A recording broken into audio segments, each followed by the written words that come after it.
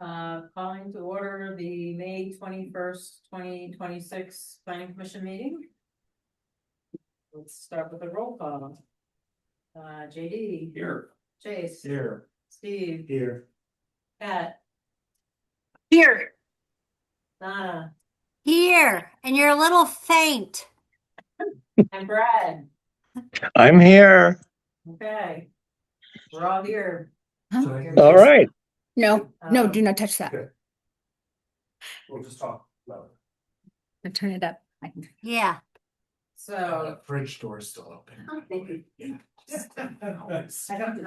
public comment. Do we have anyone in the room here? Is there anyone online who would like to make a comment? Raise your hands, or no, it's just really nobody. I mean, we have just two other people besides. Nope, I don't see any hands. Okay. So first thing on the agenda items is the fire station planning commission consideration for approval of reduced setbacks based on site conditions. Great. Thank you, Madam Chair. So if you guys remember, we changed the neighborhood mixed use zoning to allow for the planning commission to make a judgment for health, safety, welfare reasons. To allow for reduced setbacks for public safety buildings such as fire stations, etc. And so we incorporated that into the ordinance, but what we did not do is actually do a formal vote. So this may sound duplicative because we put it in the ordinance, but the ordinance actually said you have to have a meeting, vote on it. And so all we're doing is asking for the planning commission to, if you believe that they do, that the fire station does meet the health, safety, welfare requirements for the setback reduction. You can see in the packet on, oh, I'm not sharing. Do you want me to share it? I can bring that up. Okay, yeah, if you just go to like the fourth page down, you can see that we have the site plan for the fire station. We requested this after the meeting just to confirm setbacks. You can see here that they do creep into the rear yard setback of 30 feet on that top left side right there. Instead of 30, it's 20. They also have on the far right side a dumpster as an accessory structure that's pretty close to the property line. So what we would be asking for is to make sure this building fits into this property. They're asking for the exception for the reduction in setbacks. That's it. Any questions?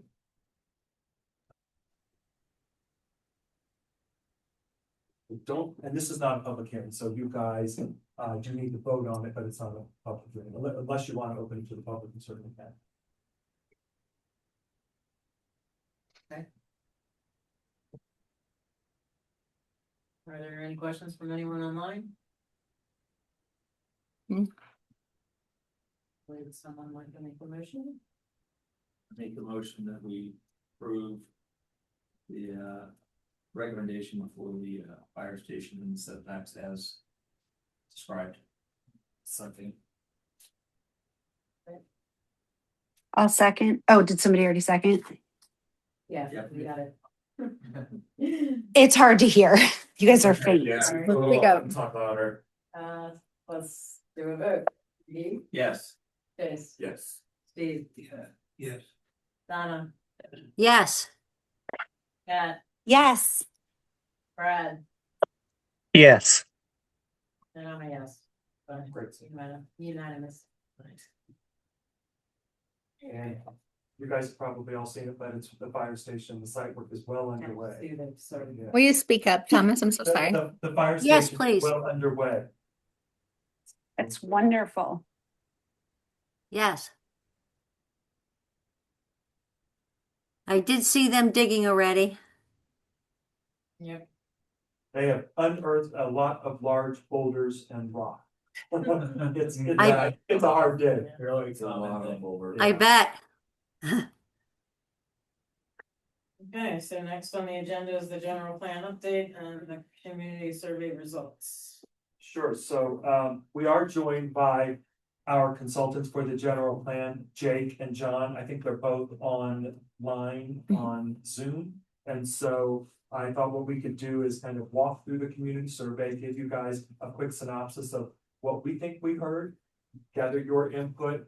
The consultants will then, of course, take this input over the course of the next couple of months, really kind of go into preparation of the general plan, and then, of course, come back to you. But I do think also tonight, Jake and John may have a few maps they can share with you, some updated maps based on the input that you provided at the last meeting where we were doing map review. So we can walk through that. Otherwise, just a general overview relative to the GP, the general plan. So you guys saw in your packet, are you sharing that, Chance? Yeah. You guys saw in your packet that the survey was included. You know, some of our general takeaways are that the residents are generally supportive of investments that improve connectivity and mobility. Anything head bike related, strong support, no surprise there. Strong community emphasis on preserving open space and maintaining character. Number of folks expressed concerns about the rate of growth, the pace of growth. I'm sure people they did express some frustrations with regard to challenges of construction in the neighborhood, right? And so that was brought up. The residents value recreation trails and amenities as the core components of the community. Strong support for all of that, period. Again, I'm sure no surprise there. Community gathering spaces and events appear to be important opportunities, i.e. they're missing in the community. So the community does want to see more opportunities to gather for concerts, festivals, farmers markets, even just places to picnic and gather and hang out. And relative to long-term investments, generally people are supportive of investments that are in community facilities, community amenities, maintain, responsibility, fiscal responsibility, but general support from the community. Then are you looking at the survey? Yeah, so these were some of the responses. If you guys want, we could go through these in detail, but I think based on the first survey, this pretty much reiterated what we heard in the first survey. So that was good. I think we had 80 or 85 responses. I think 85. 85, yeah. So that was good input. Let me see if there's a specific question and response that we thought was interesting. Honestly, we didn't really uncover any major surprises. So unless you guys have any questions, we could turn it over to Jake and John. They can give you a bit of a catch up on the general plan progress and potentially walk through maps. I have a question. This cat. Sure. Did you guys break it down by who is like the votes for each category by resident, like full-time, part-time residents? I Don't think so. did it break it down by that? Not such. I don't know if it did. I'll look. We're not sure about that, Kat. We'll have to look into the survey software. I'm not sure if it did or didn't. We just got the totals. Okay, because didn't we have a question about are you a full-time resident or not? That was in a previous one. I'm not sure it was actually. Yeah, we did talk about putting that in this one. Kat, I'm not sure if that made it in this one, but let us review the survey software and we can let you know that. Okay. Okay, thanks. Was it a Survey Monkey? It was Survey Monkey, I think. Correct. Yes. Yeah. Yeah.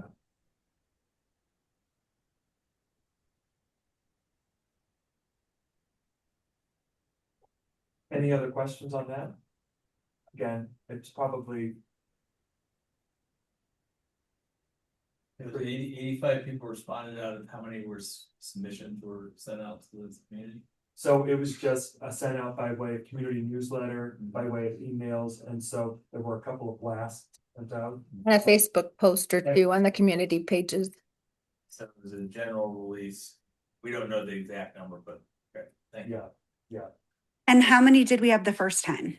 The first time, 60. No, I maybe? thought we had 160. Oh, did we? Oh, you did. It's 100. Yes, you're right. You're exactly right. We had a lot more. It was Sorry. better turnout. Usually there is a little bit of survey fatigue, so I suspect that is what we witnessed.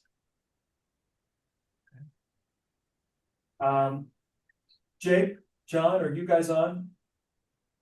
Yes. Yes. Great. Good evening. Hi I'm there. trying to switch to my laptop, and I'm so if you see me showing up twice if you could let me in the waiting room, and I'll switch to my laptop. Okay, we can do that. We can do that. I had a question also about the survey, the results that we just saw the comments. Are those survey comments available to the public? They're part of the public packet. They're included in this packet for this meeting, so yes. Okay. Want to make sure that they were there too also. Yes. Okay. Thank you.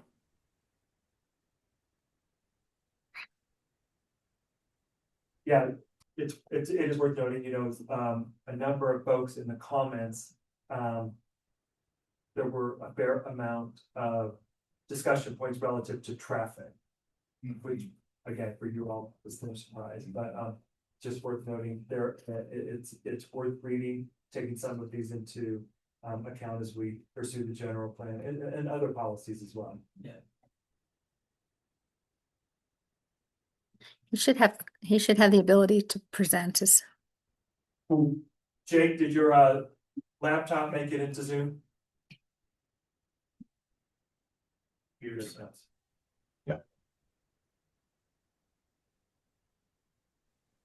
Good evening. Thomas, do you want us to jump in, or do you have more? No, go ahead and jump in. I think at this point, you guys can kind of convey where you are in the process and a discussion. Okay, great.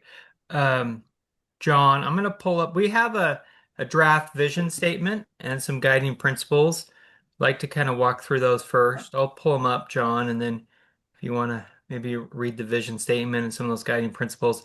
And then in a minute, I'll pull up some maps too. But we think this would help to kind of walk through this. And this is all draft.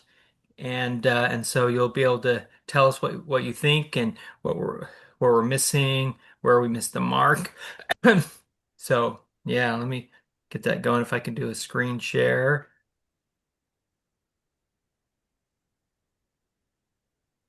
Okay, there we go. Okay.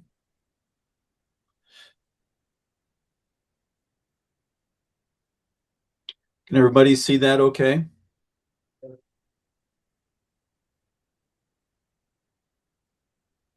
Yeah, I think that works. Can you guys see that okay? I have it on my screen, but can you guys see it? Yeah. Okay. All right.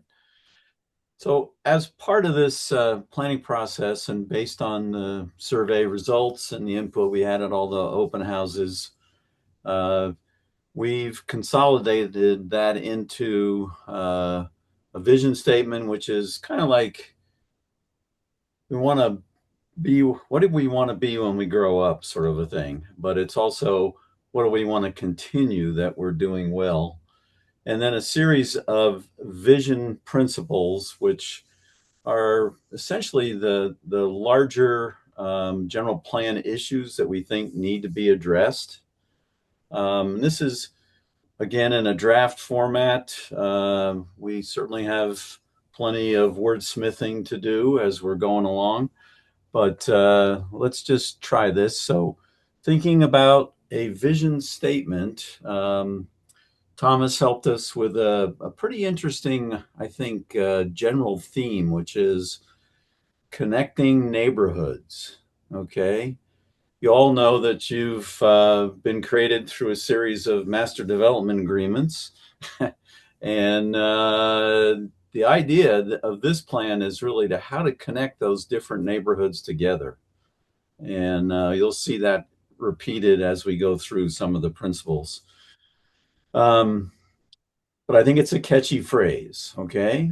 Connecting neighborhoods. There you go. So right off the bat, there's a question. Do you want to consider yourself still a town or are you now a city? In state law, anything over 1,000 people can be a city. But it's up to you if you want to call yourself a town, that's fine. So just asking that question. We tried to use the town word here. Any thoughts on that? What would be the advantage of one versus the other? I think it's really up to you. You're technically a city. We do qualify as a city as of what, a year and a half ago? Yeah. All right. Yep. Something like that. So we technically are a city, but I think that most people have kind of just for maybe character kind of sense of place reasons, kept the town moniker. It's kind of small town, it's kind of cool. We're a small town on the lake. So we kind of, most people have just kept using town, maybe because of kind of a character, from a character quality of life perspective. But there's no rules. Now, you qualify as a city, so from Okay. insurance and transportation and other purposes, you're a city, but most people. And there's nothing that Town. forces a change in. Is there any advantage to being a city versus a town? Financial or otherwise? I don't think so, because from a state perspective, you're a city, so You're there already are a city. benefits of cities. I don't know, Jake or John, do you guys think there's any benefits of being a city? Most people in the community, when we became a city, there was a discussion, said we kind of like the town moniker more than the term city. Yeah, I think it's just personal preference. One thing I think just Go ahead, Jake. Or not. When you get to 5,000, all of a sudden there are a lot more state law requirements, but that's a long way off. So if you like the term town and it feels more comfortable, I think that's what you ought to use. Yeah, I agree. Hey, you have agreement here. Okay. Let's roll along. The town of Hideout is a connected mountain and lake community. And somewhere that disappeared, but I'll go to my version. Community that preserves its natural beauty and scenic views, protects open space and wildlife, and provides just for the record. high quality neighborhoods. Did you guys get that back? So we don't see, now we see you, we don't see that document any longer.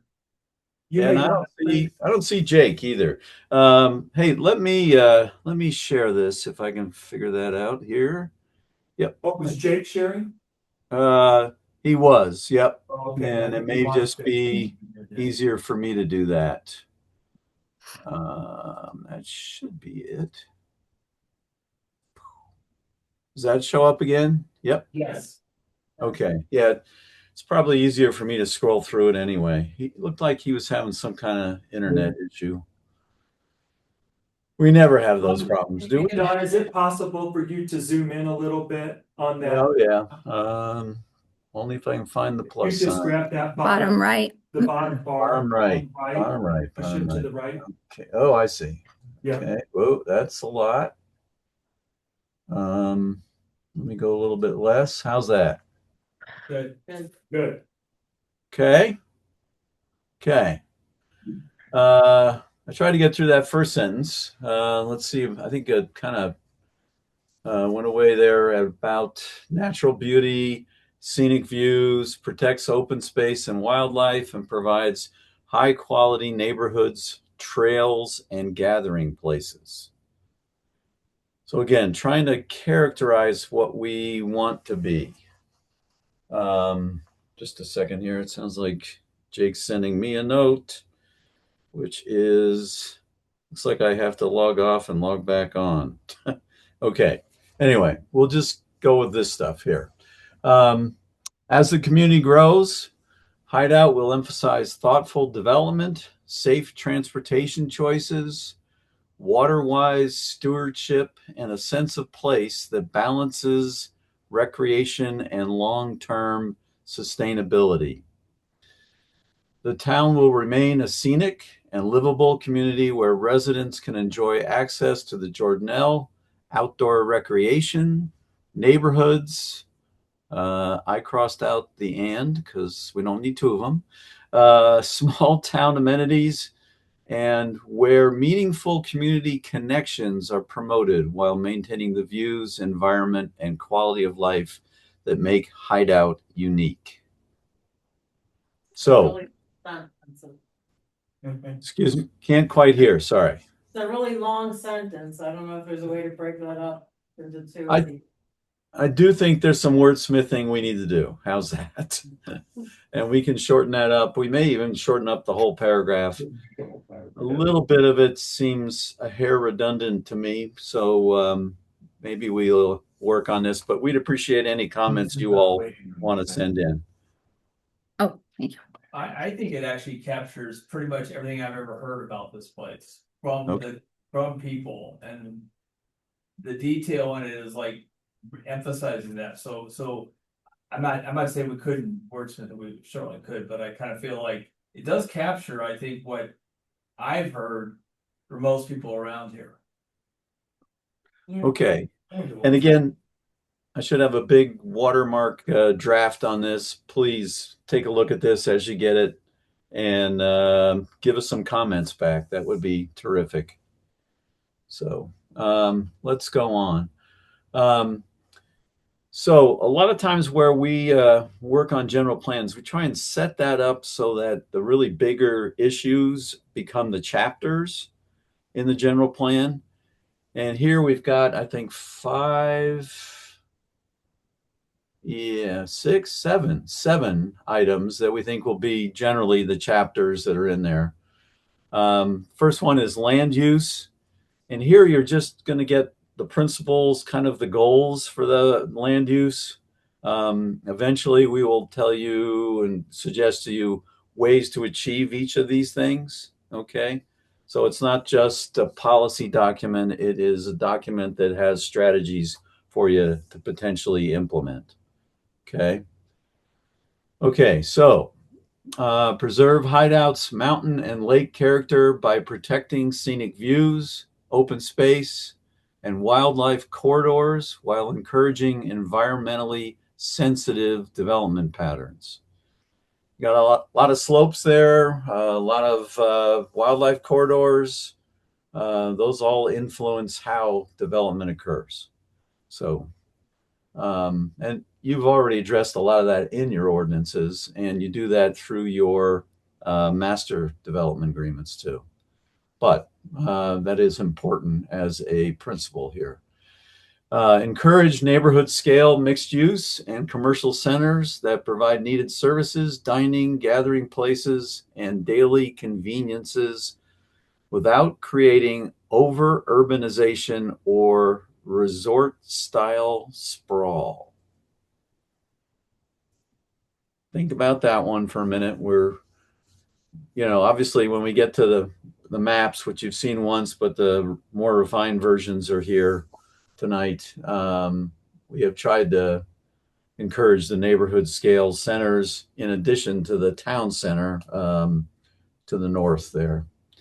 Promote well-designed development that clusters growth, minimizes grading impacts, respects the natural terrain, creates walkable neighborhood centers and community gathering places. A lot of those, I think, are themes that you've all heard from the surveys and the open houses and many of your meetings. So it's in here. Possibly a new one that we added here is work with the homeowners associations on collaborative projects and neighborhood connections. Okay. I think when you have this in your hands later on, just think about kind of what's missing as you look through this too, or what's too vague or whatever it might be. Transportation, certainly we talked about 248 and that everybody seems to be very concerned about 248. So first one there is improve regional and local mobility through safer intersections, roadway improvements, transit connections, and coordinated planning with UDOT and neighboring communities. And then more specific for 248, prioritize safety along 248, that corridor through enhanced pedestrian and bike crossings, traffic calming, wildlife crossings, and multimodal transportation improvements. So when we take a look at that map tonight, there's future stoplight intersections to look at. And then one of the big issues really for all of us is how do we get people across that road safely? And plus the wildlife too. Support to expanded bus transit and shuttle opportunities connecting Hideout to recreation destinations such as Park City, Deer Valley, Jordanelle, recreation destinations in general, and regional employment centers. Okay. So I think those are the big ones that we have for transportation. All right. John, we could even maybe think about adding trails to that last bullet point for regional connectivity so that, you know, people, any more on your e-bike, if you want to get to Park City, Camas, etc., that may be an opportunity for us. We had a good meeting with UDOT today and they're really promoting their Okay. We do have a section on trails because we thought it was that important, but we could add coordination with I think it is in the trails one. Let's look at that. We'll jump to here for a minute. Okay. Well, we only talk about 248, not UDOT in general, but expand and connect the town's trail system to connect existing and future neighborhoods, parks, community destinations, and regional trail networks. That might be close to what you were thinking, Thomas. Yeah, that's getting there. Yep. Okay, and create safe and convenient pedestrian and bicycle crossings across 248 and improve non-motorized access throughout the community. So I'm going to write down coordinate more with UDOT in this. I wonder if we should add across and along. I mean, specifically call out, the spine trail, and there will be a lot more information. I mean, this is just the major guiding principles to kind of start to set the tone for the document and the vision. Okay. Yeah, I put the spine trail. I'd call that out. Which one? The spine trail, Jake. You just mentioned that. Yeah. I think that second bullet point, you're right. Maybe across and along SR 248. That makes sense. Yeah, more restrictive. Yeah. Okay, got that. I think that shows up in the maps, but we ought to have a statement here. So last one there, and then we'll jump back again. Develop parks, recreation amenities, and gathering spaces that support year-round recreation, community health, and social connections.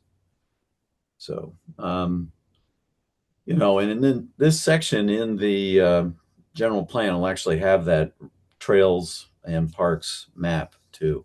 So it'll be a bigger discussion in there. And on that, I kind of see the vision I'm kind of seeing for that is one, some major town center gathering places, plaza, park, destination. That's your whole community gathering is at the town center. And then every HOA and neighborhood should have some of their own gathering places, whether it's semi-private as a HOA facility or is a city park. And then in terms of open space, the best connections, connecting down to the reservoir and also the mountain hillside area is more of a visual open space because a lot of that is private land, but maybe it's less developed and so it's more of a visual open space and wildlife. Yeah, that makes sense. Do the hillside residents up above the HOAs is there access on any of that, or is it really just for the most part private property and they don't want people on it, or are they okay with it? I think that right now they typically have their I think they have their own trail systems up there, so they stay a bit more a bit more internal, if you will, I think. Does that make sense? I think. Yeah, well, maybe we can make a little more of a statement about going up on the mountain further too. Obviously, that's coordinating with private property owners, but that I When the think, sun's coming, right, the claim will be public eventually, right? And then Claim will homes, open the up homes, on- the deer, what do we call them? Deer Springs. Springs, Yeah. that's has supposedly somewhere interconnected around the Brisbane Gulf. Deer Springs will have some connectivity. Thank you, yeah, not just.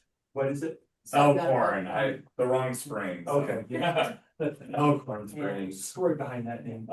It was gonna even be more confusing. But yeah, we do have some connectivity there. If you're up in parts of maybe beyond there. Yeah, They may Golden is not be as less, connected. Yeah. So we'd have to have their permission, their authority. They would have to agree to it because it would probably go through private HOA common space, right? Can I just ask a general question on, I guess pun intended, on the general plan? Obviously, cities, towns do these things like, is there a lot that becomes legally binding or guiding from a general plan? Like, is this really consequential? Is it not? Like, do the words carry legally binding ramifications down? It's the a street? non-binding document, but the general plan sets in place your zoning designations, which is how you really implement your general plan. But it's really, and I'll leave this to John and Jake, I think it's probably more visionary, aspirational, but you do want what you want in there, you want in there, right? Because that will be the document that you use for. So we don't want to wake up a year from now and go, oh, we forgot this one principle. yeah. Jake, John. I'd agree with Thomas. It is kind of a advisory document, but it does have a little bit of legal basis and power to it because a lot of times the plans suggest things that you ought to do, okay? And such as change this ordinance or create this program or coordinate with the HOAs and all that kind of thing. So it becomes this guiding document that is advisory. Your ordinances are the legal stuff. Your programs are what you do. But, there's parts like, for example, how we're going to talk about the spine trail, okay, with UDOT. If we have nothing in the plan that talks about the spine trail, they can do whatever the heck they want or nothing.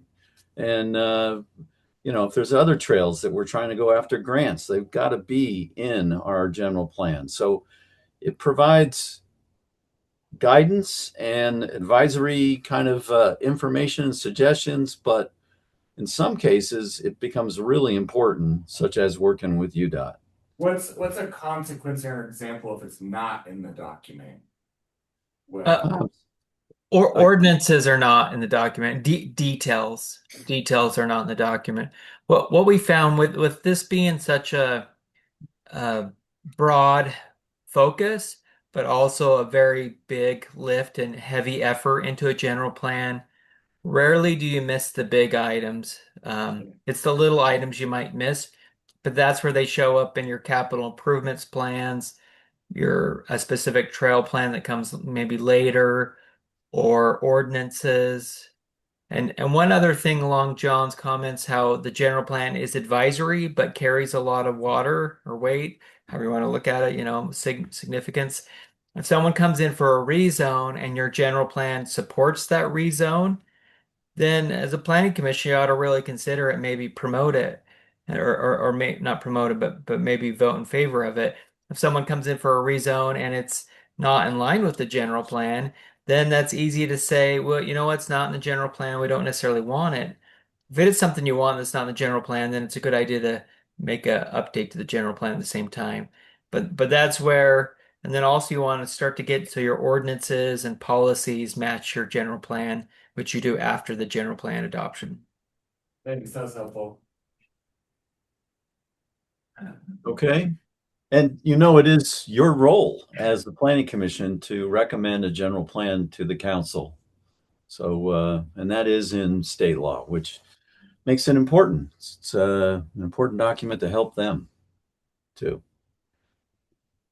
Okay, jumping back. I'm gonna go to housing for a minute. Um, First, we said promote high quality residential design. Can Okay, I ask a question? okay. Do we talk about affordable housing anywhere in our document? A little bit. It's right here. And there is no document yet. Well, You know, this er, is just the kind of the framework for it. Okay. okay. All right. So there's a little bit on that here. If you go back to the survey, that was pretty mixed in terms of results, as I recall, Thomas. Maybe think something different. Yep. But we do have something in here.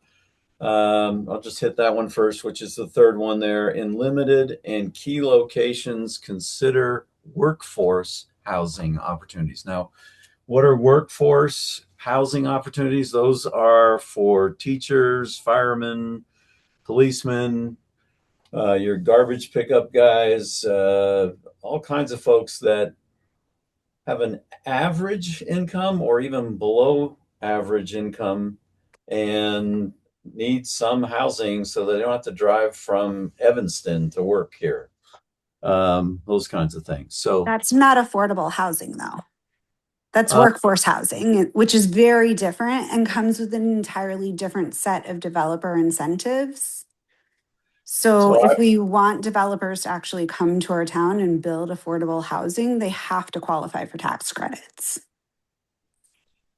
yeah, or other grants, or have some other kinds of housing forms that you haven't really done so far. But I workforce mean, to me is, how about if I say more affordable? How's that? there's no deed restrictions on more affordable. And I think as a town, we owe a community obligation to have diversity. And that means diversity of income and housing size and opportunity where you can start out and grow into the neighborhood and grow out of it too with senior care or transitional living on that end. Yeah, you can do deed restrictions for workforce too, but I'll just say the state doesn't really require you to do much of anything if you're under 5,000 people. Once you hit over 5,000, then yes, you have to address affordable housing. How big But are we now? what's that? How big is the town now? I forget the number. About What 15. Yeah, about About 1,500. And how Yeah. many doors have we approved for construction? Well, if you get to, in terms of what's entitled per development agreements, I Yeah, think that puts you about at 3,000 plus. So certainly, uh, and that's tri doors. So if you assume there are two or more triple. residents per Yeah, door, right, right. So I you, think it is not wise to have a general plan that doesn't assume we're going to be a town of well, 5,000. the town is just the name. I mean, by legal stature, it's already a city. But we're going to It- hit that 5,000. We've already approved that 5,000 threshold. And I don't understand why it hurts to, if this is a stretch dream, what do I wake up in the morning want document to include affordable, but which is a very specific legal word. yeah, and let me just say one thing on that. In our surveys and in the public meetings, the majority of Hideout residents don't want it. They just don't. That's the Yep, majority. but that's I'm not. every Wait, that's every town with NIMBY. Catherine, let me finish if you will, please.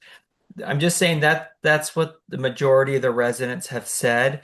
Um, However, a planning commission, you're appointed to look after what's in best interest of the town. And then when it hits the council, they're elected officials. And the general plan doesn't have to follow everything that the public wants. But that is a decision I think as a planning commission you should make. What do you want to do? And then also have conversations with the council on that, and then the later steps of zoning, deed restrictions, programs. That's where the heavy lifting really happens, is actually after the general plan. But if that's what you want to do, we're happy to work with you on it. I just know from what we've heard and presented, we've received public pushback. However, in most cities and towns that we work with, we do include affordable housing. And so I think that's Have a good you conversation point. have you ever encountered a town or city that you didn't have a not in my backyard problem? Actually, Catherine, it's interesting, but we're working on 3 other communities in Wasatch, in the Wasatch area, one in Summit, and we've worked with Heber, we've worked in a bunch of other places, and actually, I don't hear the not in my backyard as much as I hear, where are my kids going to live? And the answer is usually in your basement. So, And it's, that feels like a very privileged thing to say. oh, which one? In my basement.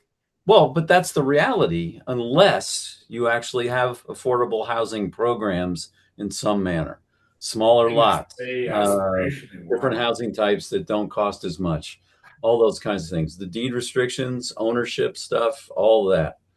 But again, through the input we got here, we just didn't hear people saying that that was an important problem to them.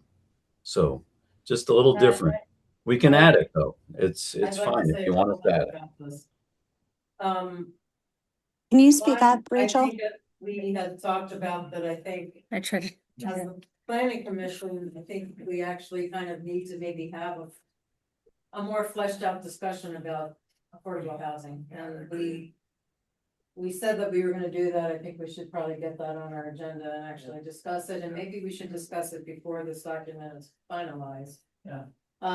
But the other thing is, keep in mind that this is gonna be updated again in 5 years, and by then, things may change drastically, and so just because it's not really included or fleshed out right now, doesn't mean it won't be in the future.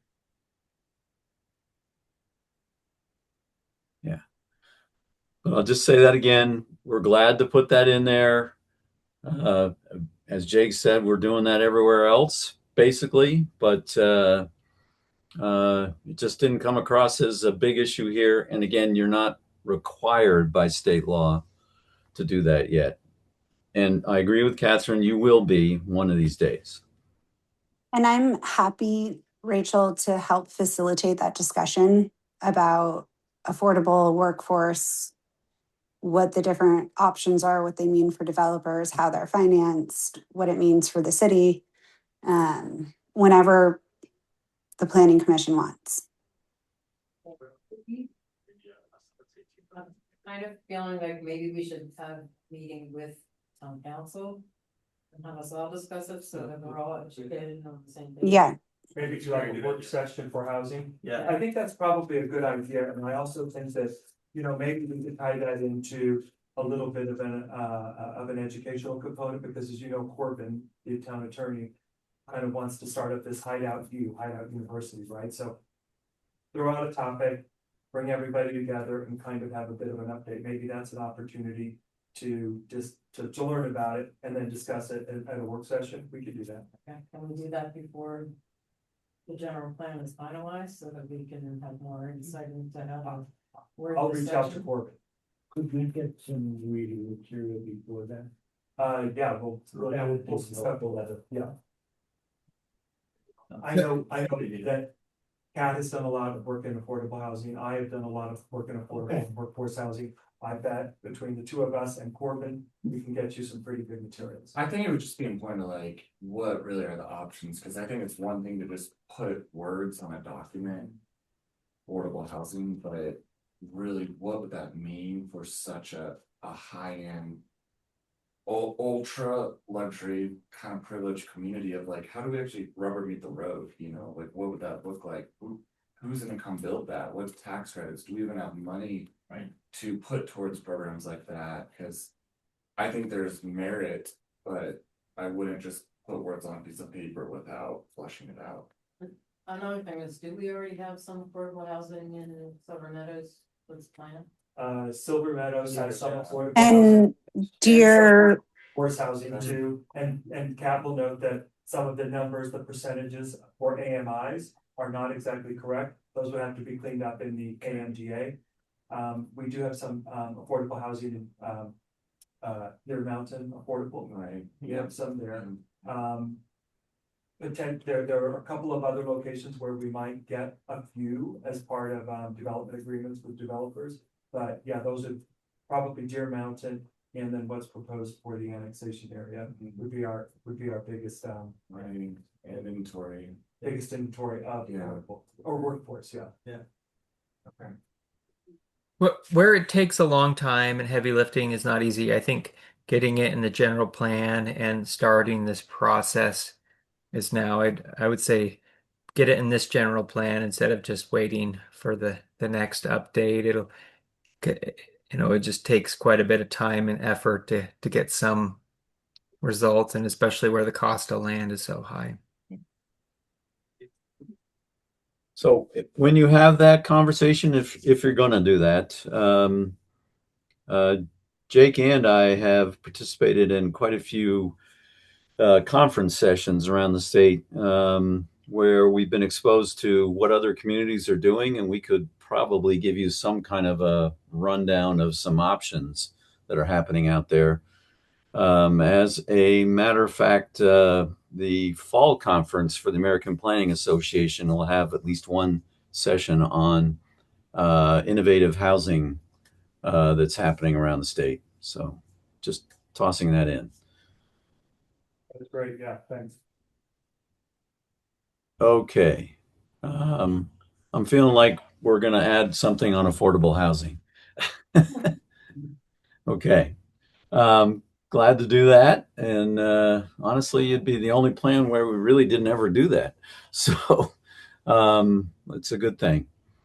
Let's see what else. Ensure future growth is aligned with infrastructure capacity, transportation systems, water availability. I know you just had a study done, and we do have a section that would cover more on the water issues coming up in another section here.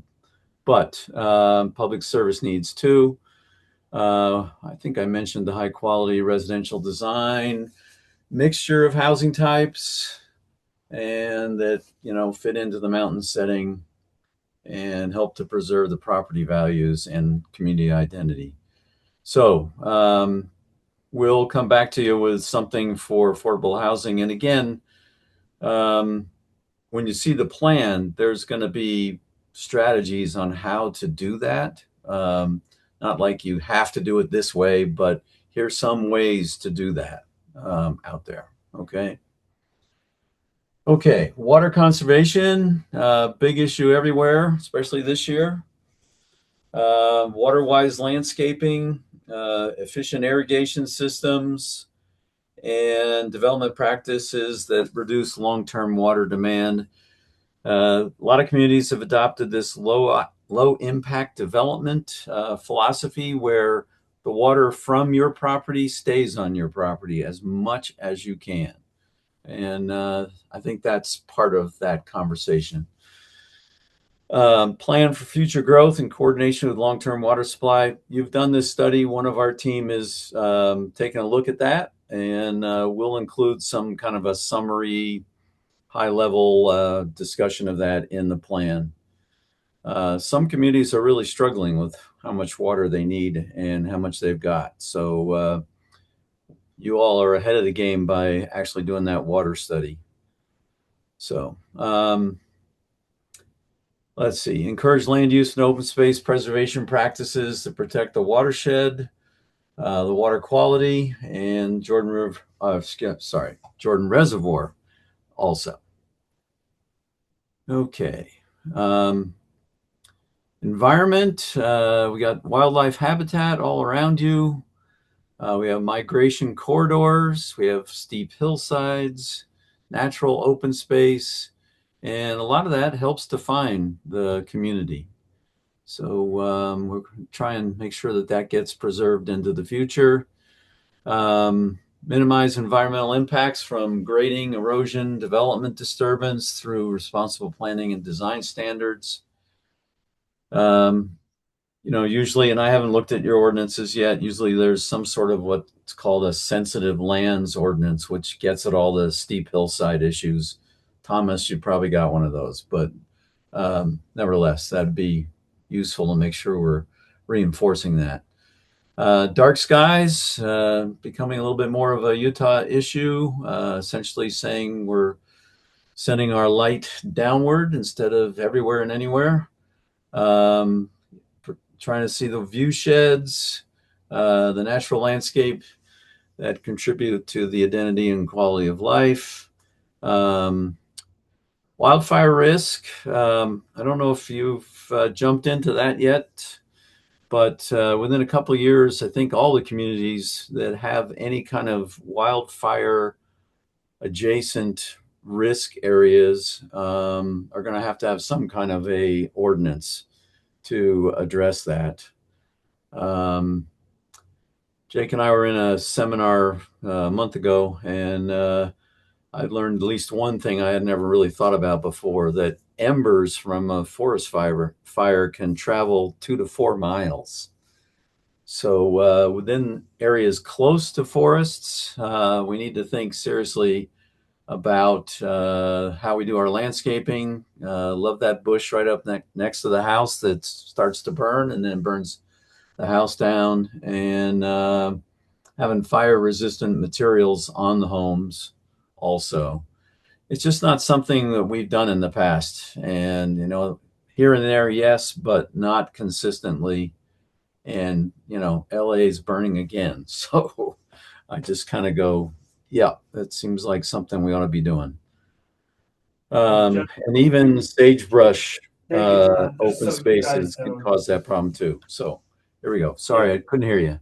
No, you're good. Jake and John, just so you guys know, the town is pretty aggressive and forward thinking when it comes to fire wise, landscaping, building materials, etc. They have done a lot of work over the past year. So this rings very true with regard to both what the town is doing and its aspirations. Okay. And are you doing that through the MDAs or through an ordinance? It is through an ordinance. Okay, great. And I understand there's a state model ordinance now that's out there that maybe that's something to compare that to. Yeah. Yeah, but everybody's going to be doing that over the next couple of years. Okay. We talked about trails and parks for the economy. The conversation kept coming back so much to town centers and small neighborhood centers, and that's really what this one's all about. Support and guide the development of a mixed-use regional town center with retail, restaurants, businesses, local services, and a gathering place for residents and visitors. Right now, that is part of your development agreement with, I can't remember the name of it at the moment, sorry, up to the north, Larry Miller property. Silver Meadows. Yeah, thank you. And that is, will show up on that future land use map. We also are suggesting small scale commercial development that serve residents and strengthen the town tax base. Neighborhood centers. You'll see those on the future land use map in a minute. And trying to play off of the recreation-based identity, scenic character, and the high quality of life. Last section is public services.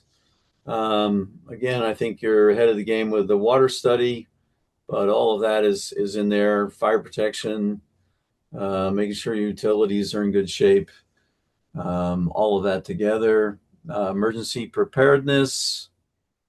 What do we do in the case of a wildfire actually happening? How is that handled? And then communication, really, with your neighbors, with all the regional agencies, residents, HOAs, all of that. So that's what we have so far. And, we're going to provide that to you and would love to have your comments on that. So In some of the survey results from the last survey around more like the water-based activities and. You know, we've done that open house here and talked about like kayaking or paddleboarding. I mean, if we do develop the 10-acre Ross Creek parcels, just maybe more like lake-based resources and activities. In the master plan, from the previous survey, I don't know if that's still applicable or worth mentioning. Yeah, I think that, This master plan, that was kind of like our big focus the last Well, administration. there was a question in here about whether people wanted to Yeah. motorized boats, and it seemed like it was very strongly that they did not. yeah, motorized wasn't as supported The in this kayak. particular one. When you talk about Ross Creek might be maybe a small area plan, certainly something we reference in the general plan. But I think you're right, that's more kayak, recreation, bikes, We had a feedback. Remember those dots in here in this room and people, I don't know, I'm just saying if that's still applicable, it was a priority a couple of years and ago. it is still applicable. Actually, Jake and John, that might be something that we should do. Maybe get you some of the results from that open house we had for Ross Creek and incorporate that into the general plan so it doesn't die on the vine. It carries forward because that Ross Creek area is one of the areas you guys identify on your map as a neighborhood commercial mixed use node. So we I don't want to forget about that Put it in. for in the master plan. Well, we can add it, and I see we'll add another bullet point here about water, recreation, and access to the Non-motorized. state reservoir. Wording is. Great point. Thank you. My concern, and I would think a lot of people's concern, is how do we make it not get too busy? And as it is, like, I know the park can get really busy during like peak season. And then if we're gonna add another 700 homes in here, I think we have to kind of be careful of, yeah, just like people worried about car traffic, but just being more concerned about foot traffic and boat traffic and all those things. So that's something that somehow, I don't know how we work that in or whatever we do, but that is a concern. No, I definitely think that managing that is going to be an important component of the plan, right? Because what are we at, about 900 doors, give or take? You've got, 3 times that entitled, right? So, yeah, you've got some development on its way and people on their way, you're right. We just had talked about maybe like that kind of like Ross Creek, like someone was pitching a brew pub or a pizza restaurant or something with view. I don't know. I didn't want to forget about the Ross Creek with the Silver Meadows being No, big. Ross Creek is still part of. Ross Creek is very much front and Agreed. center. Yes, I just wanna. Yeah. And what that entails from an amenity possibility. Good point. Okay. The Ross Creek is definitely in the land use maps. Right. On the reservation or the reservoir recreation, I think together, meaning the planning commission and the consultant team and Thomas, we should all look at the transportation and access to the reservoir so it doesn't have a big impact. I think you're always going to have a lot less numbers than the west side due to its proximity to Highway 40 and the easy access. I mean, off of 40, you could be the reservoir really quick. And so Hideout will naturally have less, but you still could have quite a bit. And so I think making sure that transportation doesn't have a big impact. And then if there's any ways that the town can have some access and amenities that maybe feels a little bit off the beaten path that residents use more rather than those who are driving in from out of town.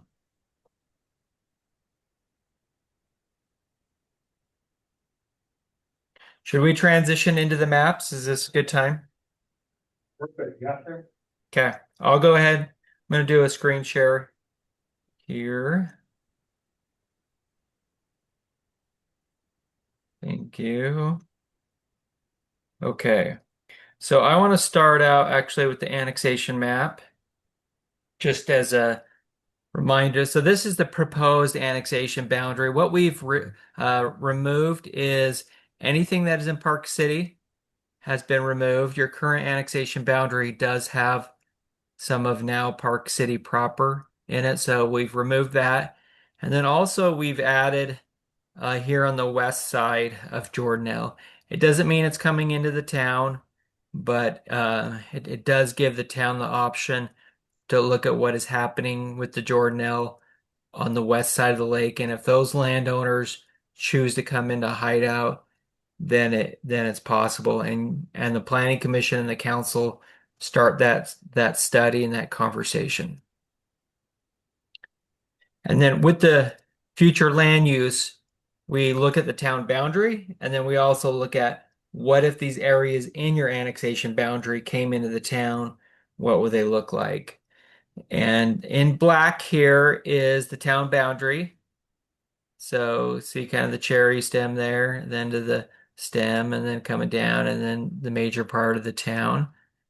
And I'll just call out the main features. The town center in the Silver Meadows with mixed use commercial. And then also these purple are the neighborhood centers. And they're small there. And it doesn't mean each neighborhood center is exactly the same as well. But we have along 248 the 4 different neighborhood centers, and maybe the bigger one is down here on the east side, north of the highway and on the east side of the town, southeast. So And just for that's clarification for everybody, that's kind of at the intersection of what is that, Golden Eagle Road and 248. They were talking about a bit of a mixed use.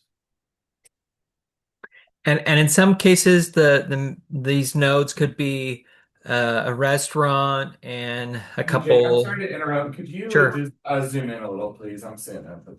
Sure. Thank you. Thanks for asking. Yeah.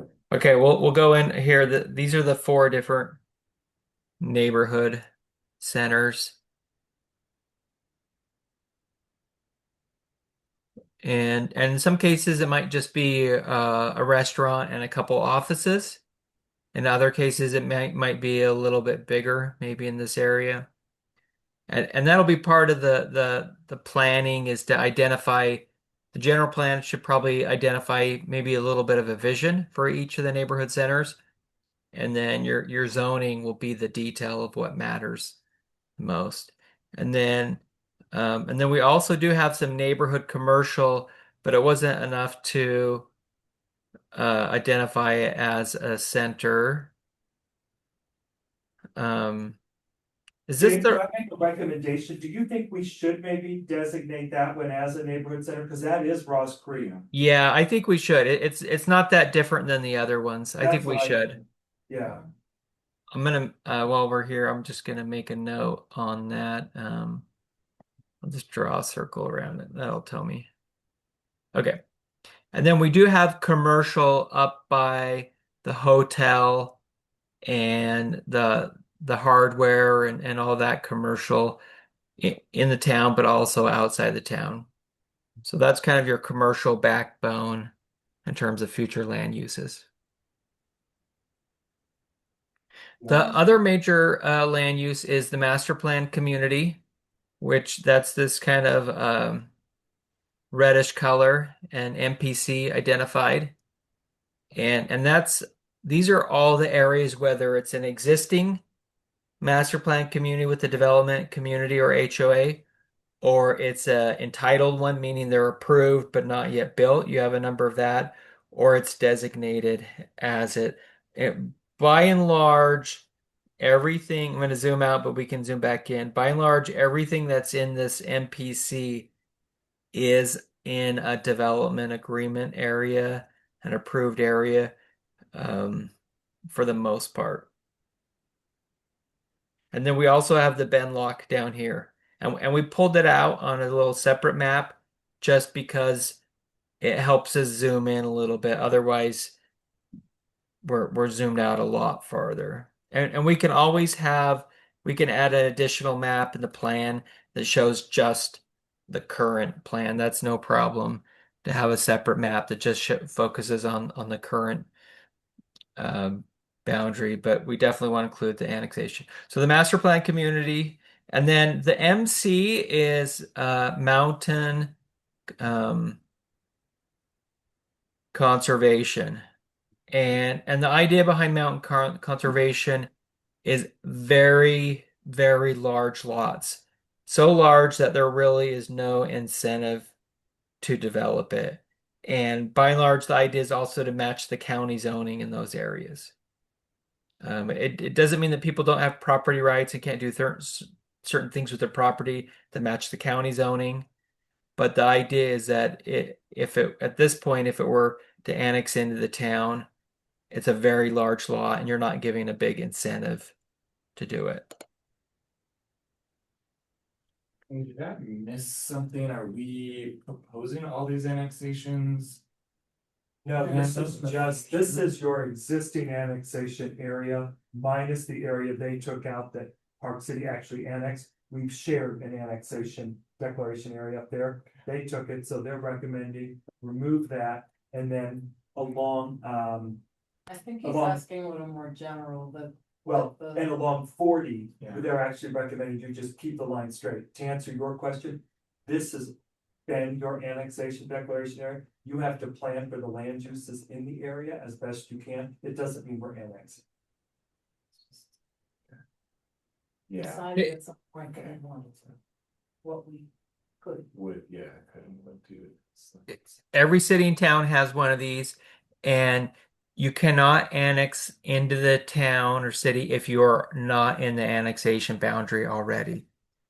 And so it's very common for cities and towns to have a very big map surrounding their town of what they want to bring in. But by and large, the annexation process is the private property who lives next to the city or town choosing to annex themselves, and that starts that long process. So we do show 4 wildlife crossings. That's this green hatch. So we've identified those.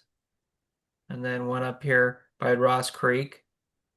And then some of the other items, existing open space, that's this EOS. A lot of these are HOA open spaces, but they've been identified. And then the green is the golf course. The ETH is existing townhome community. So it's kind of like a master plan community, except for it's mostly just townhomes. So that's how it's a little bit different.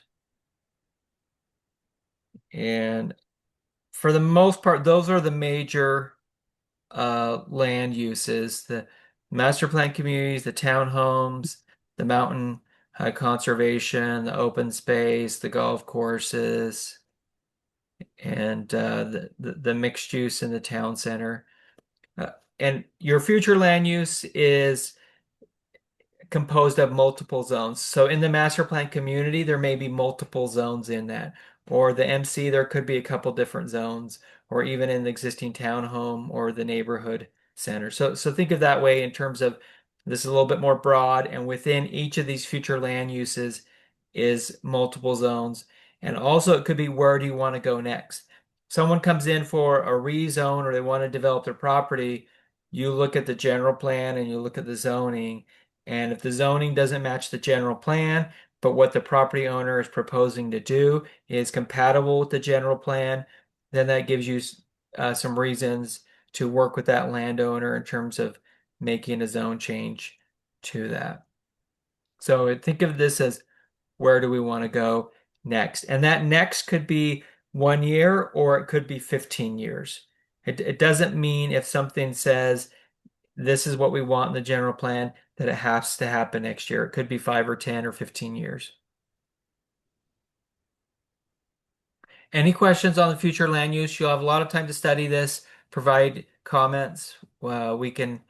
This is a draft, and so we've already identified one change, but anything else that comes up in the future, we can change as we work through this process. Okay, I'm going to go on to transportation. So the transportation plan includes the recommendations from UDOT on where the major intersections are. That's these red dots. Those are major UDOT intersections. One is existing and 3 are proposed. The orange dots are minor intersections as UDOT has proposed them. Where we have this kind of blue-green line through the intersection, that is a pedestrian and bike crossing with vertical separation. That is what is proposed. Could be a tunnel over, could be a bridge over. It's a lofty visionary goal, but that's the best and safest way to cross 248. And it gives you, it's a starting discussion with UDOT, but it certainly isn't a promise, but it's where the city or the town would like to go with those. Also, we have bus stops. These orange ones are proposed bus stops. Those are all at the neighborhood centers. So we see those working together, and then also at the town center.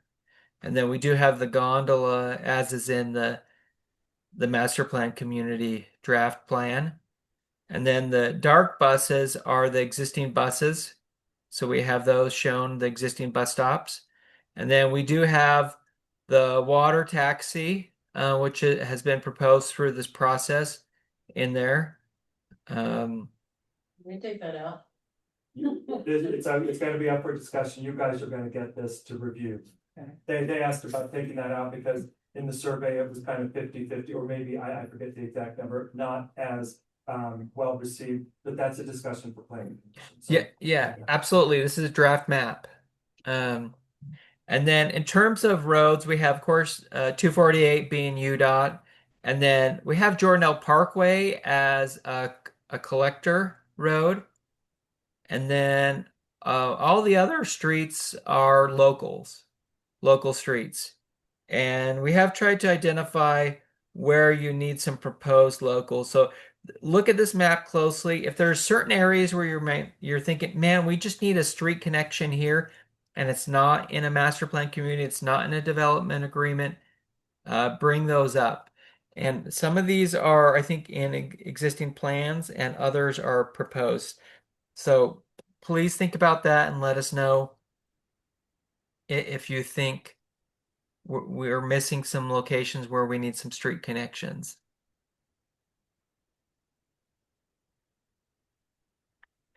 Okay, I'm going to go on to active transportation. This is trails and parks and bike lanes and bike facilities. A lot is happening with this map. I think it shows almost as much planning has gone into this map as anything. We have the spine trail on 248. And then these orange trails, and everything that is a dash is a proposed trail, and everything that is a solid is an existing trail. And the dashed kind of orange trails are proposed soft trails, meaning a gravel trail, a single track, some kind of dirt trail. Question on the trails, if Yes. you've been following the governor's announcement, and I saw some maps, is any of this?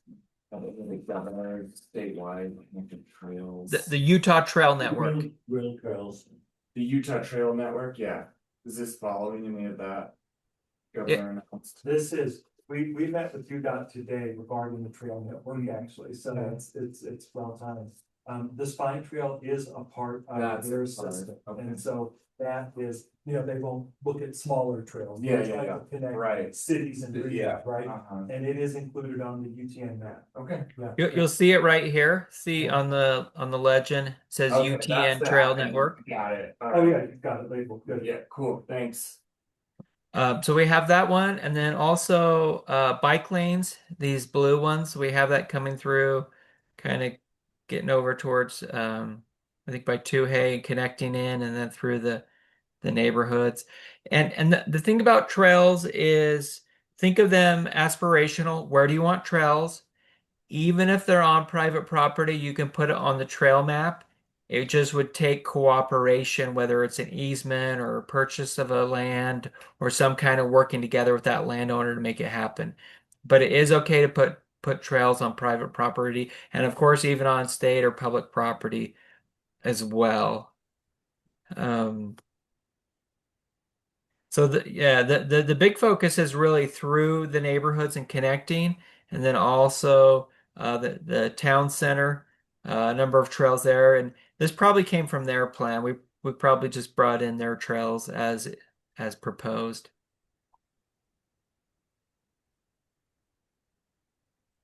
And Thomas, if you haven't already, will you share these draft maps with the Planning Commission, and that way, they can look at them and study them and give us feedback as you see fit over time? Yeah, absolutely. I'll send them out. Okay, great. Yeah, the only change is just know that on that future land use, will at this point that we've identified is the neighborhood, being a neighborhood center at Ross Creek. But any other last questions on trails that we haven't hit on or suggestions?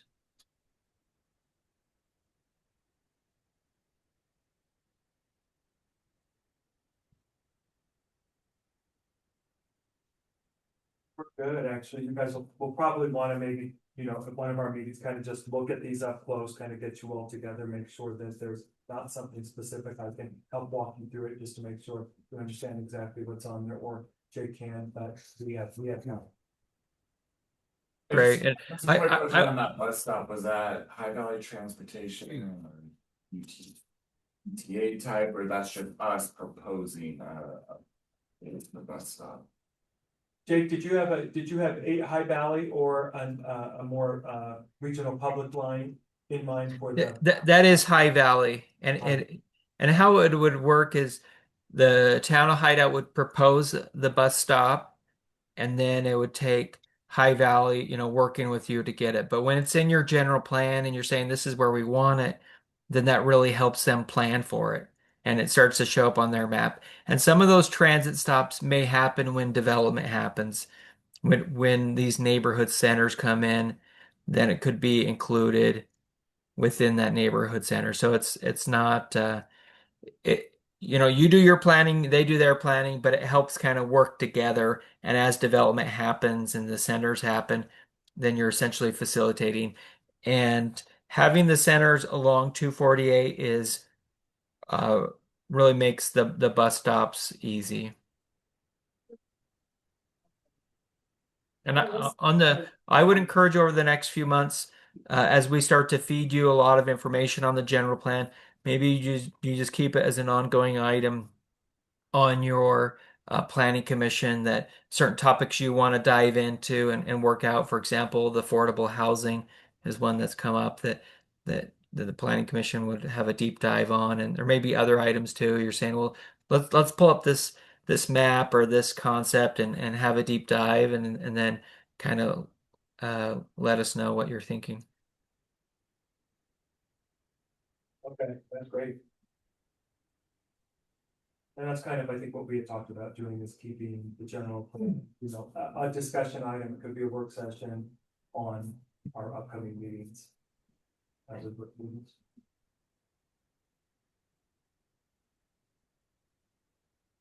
Thanks, Jake. Thanks, John. Thank you. Thank you. Have a good evening. Thank you all.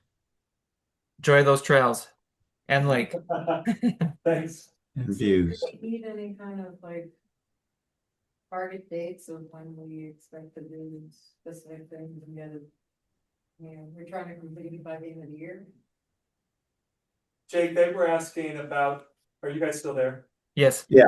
Okay, they were asking about timelines. I think you guys, the aim is for the end of the year to finalize the plan. So if there were, as we work through issues, revisions, edits, it's really probably over the next 2 to 3 months that you would like for the planning commission to get those to you as you prepare the document. Is that fair? Correct. Yeah, I kind of see the draft general plan landing sometime maybe early July-ish. uh, landing in your inbox, and then you can start to work through that. So I think that'll give you plenty of time to work through it. But even now, just working through these maps and specific items, these are we're front loading the big decision items and discussion items, so you can have those discussions now and give us the feedback. So yeah, I think we should plan maybe at the next meeting, to kind of walk through the maps, make sure that we're comfortable with that. But then, to Jake's point, as they deliver a draft plan, that doesn't mean it's a done plan, it means it's a draft plan where you get to see everything put together, right? So it sometimes can make it easier to make edits at that time, but any big things, I think over the next couple of meetings, we should address so that they know what your recommended direction is. And also for that timing question, what happens next to ratify? It goes to council, do they then make their own tweaks to this, just like other? They could, so you guys essentially kind of create the plan with Jake, John, with our team, right? And you make a recommendation that goes to council. They're the ones who adopt, so yes, you guys will probably make red line revisions, and they may too. And at what point is the public comment? The public comment, you typically will take public comment, or historically, Hideout has taken it at both planning commission and council. So more like when we have a formal draft ready to vote on, we public comment it. Or... Yeah, there is required a public hearing, and we can do an open house in conjunction so that we can have more of that conversation dialogue with the public, but then also have the formal comment period as well. So there'll be that option. And then also having the draft posted online and people can read it and email in letters and comments as well.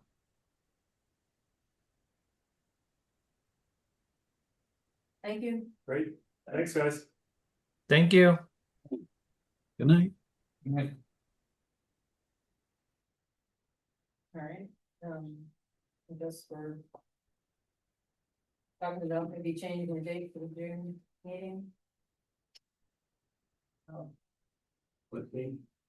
Would it be possible?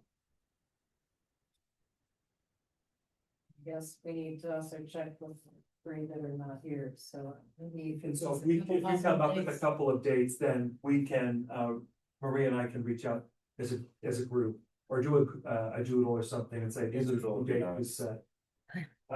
We were looking at, I think it was possible, instead of June 18th, Thursday, could we maybe look at June 15th, that Monday night? Good on my end. And What are you back?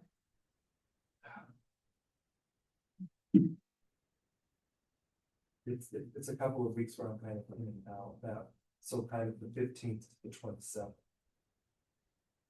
So could you potentially do it like the 29th? Yes. Should we throw out the 15th and the 29th? Does that work for you guys, the Monday evening?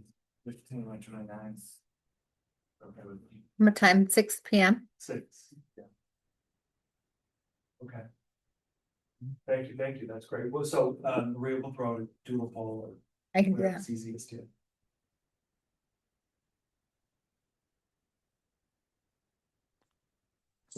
Right now, just Or not a Monday night, say that again. is it possible to do it on not a Monday night? Oh, not a Monday. Yeah. Could you do Tuesday the 30th instead of Monday the 20th? Yeah, I can do that.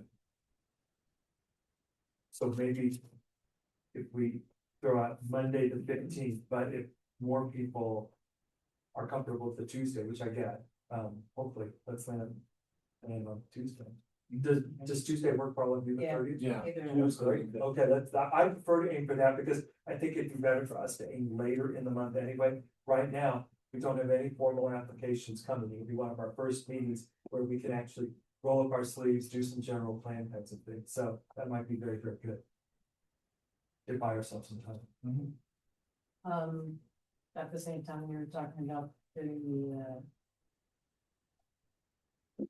work session Affordable housing, with council. yeah, So can we invite them to our meeting or?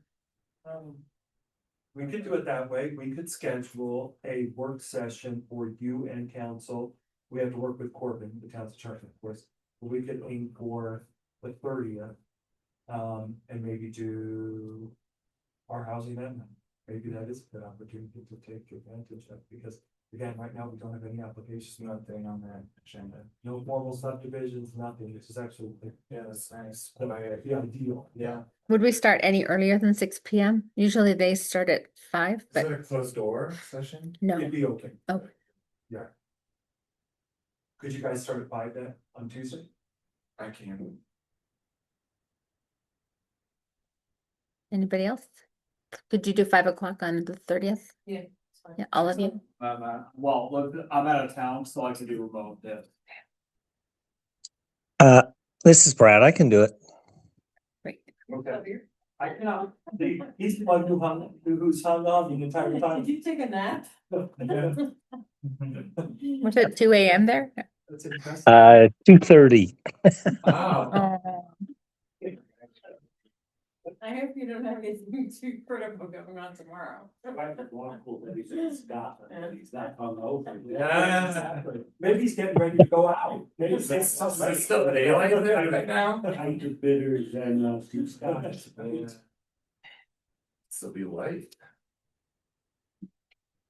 Okay, so yeah, we'll do all that. We'll aim for the 30th. Maybe that is the one we'll aim for. Maybe we'll try to touch base with Donna and Kat and see if they can make that. But right now, it's like 5 if you can make it. So And That's it well, for you the gotta check 30th. with council. Could I, just as a procedural thing, would it be more comfortable for the planning commission to discuss it on our own? In case we have an opinion, I don't know, I'm asking a naive question, before you go and discuss it in council, with council. it's your decision. And keep in mind, it would be a non-voting session. It's just a dialogue back No, I and forth, understand. right? But it's 100% up to you. I think there's a lot of educational things that a lot of us probably don't know, and I think it'd be important to make sure we're all getting the same information, where if we split it up. No, I didn't mean that, I meant more on the order of. Because I certainly need the education on this, is to discuss this in planning commission. And then discuss it with town council together.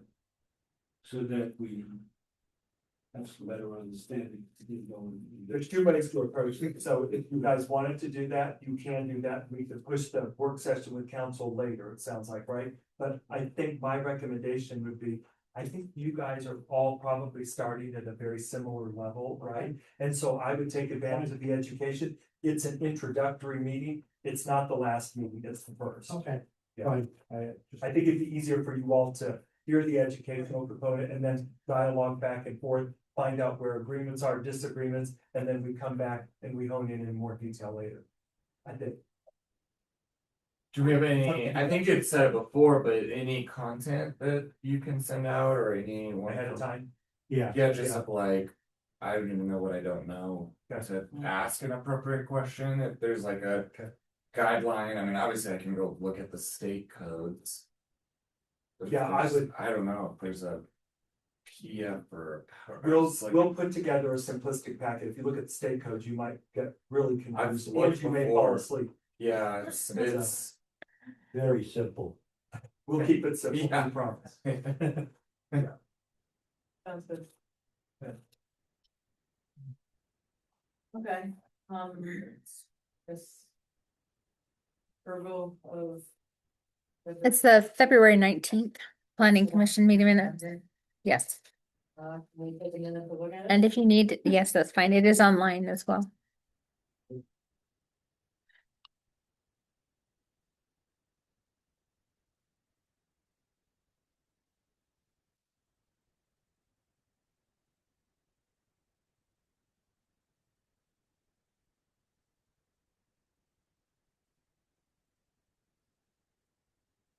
And then please remember, if you weren't at that meeting, you can still vote on this.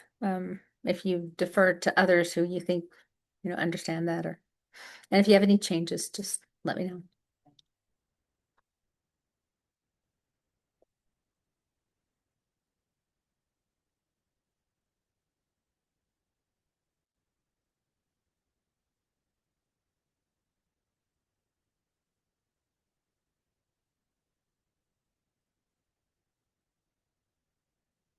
There's one thing, I had asked for it, did they ever send you the ombudsman's office had a PowerPoint deck or copies of those notes, they said they were gonna share?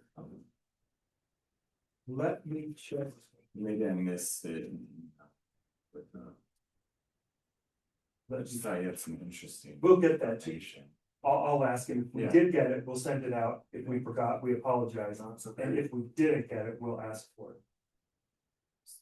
It was good material. Yeah. Thanks so much.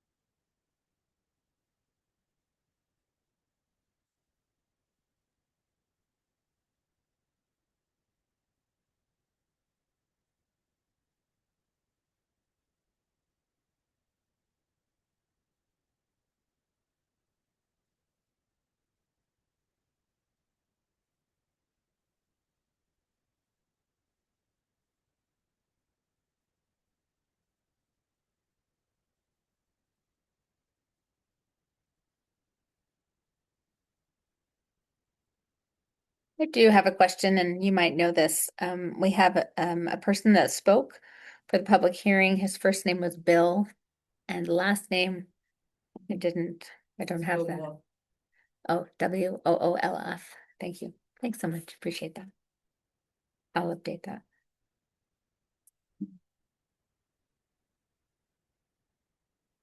Motion?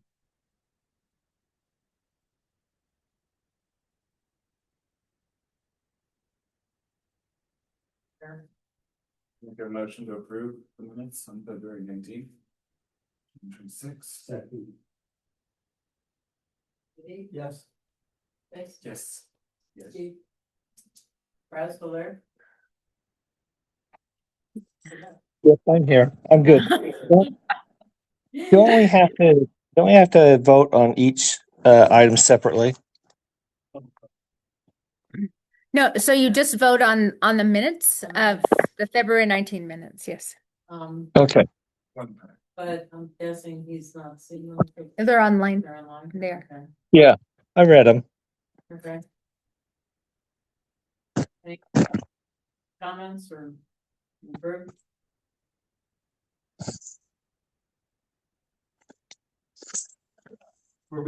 We just need that was his just the vote. February 19th. That was just February So 19th. then you'll do the. Oh, and okay, yeah, Is that right? Is that right? So motion Yeah. one at a time. that is correct. Yes, one each, right? So Brad, did you? Yea or nay? Yes, I'm a yes. Okay, yes. Okay, good. All right. All right. And then we'll continue if you'll just continue the other minutes forward, that would be till next Another meeting. motion for March 19th, 2026 minutes.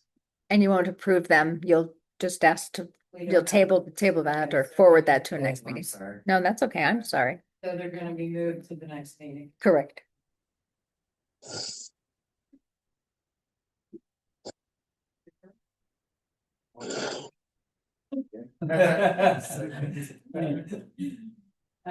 Yes. We adjourn. All right. All right. Thank you, guys. Yeah, sleep Brad. well. Good night. Okay, bye. Thank you very much. Thank you. Wow. He told me he won't even. Just- Yeah, that's a. Guess he's trying to show he's dedicated. Yeah, have a good night.